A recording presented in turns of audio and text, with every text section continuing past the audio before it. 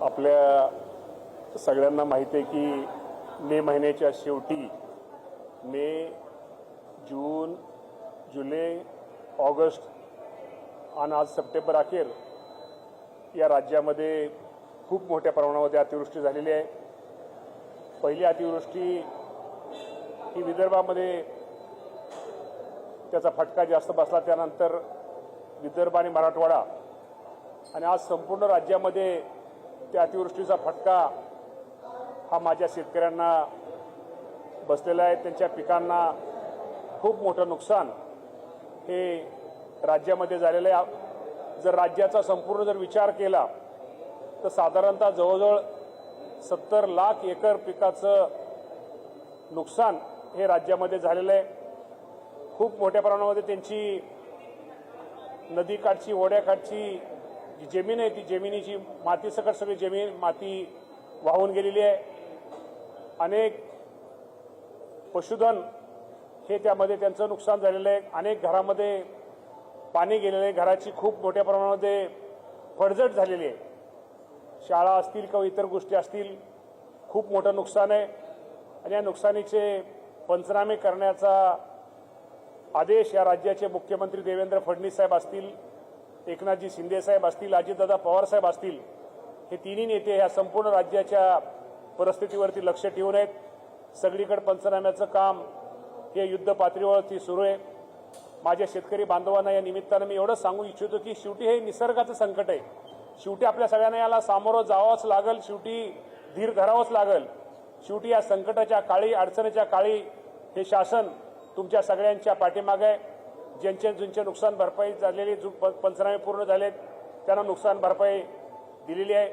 अजूनही ज्यांची नुकसान भरपाई देण्याचं राहिलेलं आहे ते सर्व नुकसान भरपाई ज्या अतिवृष्टीमुळे ज्या शेतकऱ्यांचं नुकसान होणार आहे ती संपूर्ण नुकसान भरपाई दिवाळीच्या अगोदर माझ्या सगळ्या शेतकरी बांधवांना दिली जाईल।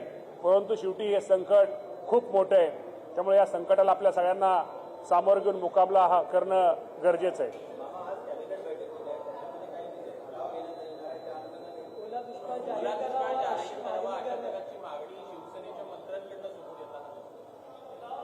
मागणी 100% शेतकऱ्यांची आहे।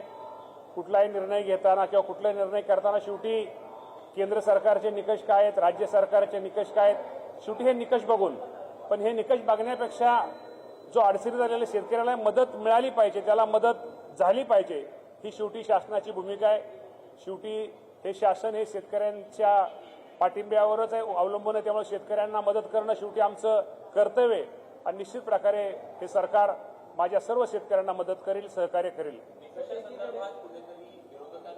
प्रश्न उपस्थित केले जात आहेत, जे निकष होते मदत करण्यासंदर्भात किंवा पीक विमा ज्यामुळे मिळणार होता ते कुठेतरी निकष बदलवले गेलेले आहेत आणि त्याच्या प्रकारे टीका मोठ्या प्रमाणात होत आहे। हेक्टरी 13,500ची मदत ही 8,500 वर येताना दिसेल, त्यामुळे जी मदत शेतकऱ्यांना होणार होती ती तुटपुंजी होणार आहे, अशा प्रकारचं विरोधक हे आक्रमक सवाल। शेवटी आपल्याला माहिती आहे की NDRF याचा शेवटी जे आपल्याला माहिती आहे की NDRFच्या बरोबर असू द्या, ह्याच्या माध्यमातून असू द्या, राज्य सरकारच्या माध्यमातून असू द्या, ही जी मदत होती याची शेवटी रक्कम ठरलेली आहे। आपण म्हणता ते बरोबर आहे, काही काळ पाठीमागं ही रक्कम ही वाढवण्यात आली होती।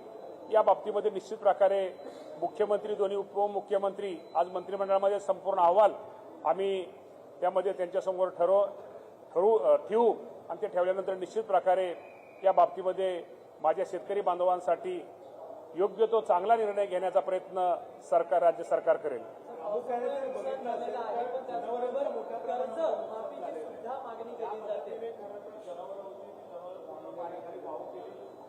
ज्या ज्या जनावरं वाहून गेलेले त्या सर्व जनावरांचे जे वाहून गेले त्याची सगळी माहिती ही संकलित केली जात आहे। ज्याची जनावरं वाहून गेलेली त्या सर्वांना मदत केली जाईल।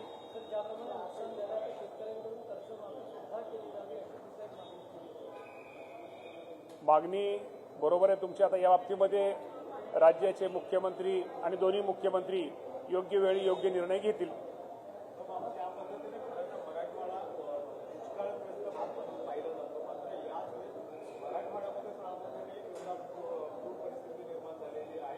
दुसरीकडे ज्या NDRFच्या नागरिकांकडल्या असं देखील कमी वगैरे शेवटी हे निसर्गाचं संकट आहे. त्या संकटाला शेवटी हे संकट काय सांगून येत नाही. हे आलेले संकट, या संकटाला आपण सामना करणं आपलं गरजेचं आहे. निश्चित प्रकारे एवढंच आपल्याला पुन्हा एकदा सांगतो की राज्य सरकार हे संपूर्ण या त्या अडचणीच्या काळामध्ये शेतकऱ्याच्या पाठीमागे उभं राहील. जिल्ह्याने जर माहिती आपण जर केली तर संपूर्ण राज्यामध्ये 70,000 एकर पिकाचं नुकसान झालेलं आहे. आणि त्याचा जर विचार केला तर संपूर्ण सगळ्यात जास्त नांदेड जिल्हा, 2 नंबर सोलापूर, यवतमाळ, धाराशिव, बीड, अहिल्यानगर, वाशिम, बुलढाणा, जालना, हिंगोली, अकोला, साधारण एकूण 30 जिल्ह्यामध्ये याचं खूप मोठ्या प्रमाणात नुकसान झालेलं आहे. आणि एकूण 70 लाख एकरा पिकापैकी साधारणतः ह्या महिन्यामध्ये, सप्टेंबर महिन्यामध्ये साधारणतः 31 लाख एकर शेती पिकाचं नुकसान झाले. त्यामध्ये बीड आणि धाराशिवचं आणि सोलापूर या 3 जिल्ह्यामध्ये शेतकऱ्यांच्या पिकाचं जास्त नुकसान झालेलं आहे. धन्यवाद. कृषी मंत्री दत्ता भरणे यांचा माध्यमांशी संवाद. पंचनाम्यांचं काम युद्ध पातळीवर सुरू असल्याची माहिती दत्ता भरणे यांनी दिली. शेतकऱ्यांसाठी सरकार चांगला निर्णय घेईल असं आश्वस्त सुद्धा त्यांनी केलेलं आहे. जनावरं वाहून गेलेल्यांना सुद्धा मदत मिळणार असंही आश्वासन दत्तात्रय भरणे यांनी दिलंय. मुख्यमंत्री आणि उपमुख्यमंत्री योग्य निर्णय घेतील अशी ग्वाही सुद्धा त्यांनी दिलेली आहे. राज्यामधील पूरस्थितीवर कृषी मंत्री दत्तात्रय भरणे हे बोलत होते. राज्यामध्ये जी जनावरं दगावलेली आहेत, अनेकांच्या घरामध्ये पाणी शिरलंय अशी माहिती त्यांनी दिली. सरकार नुकसान झालेल्यांच्या पाठीशी असल्याचं वक्तव्य भरणेंनी केलंय.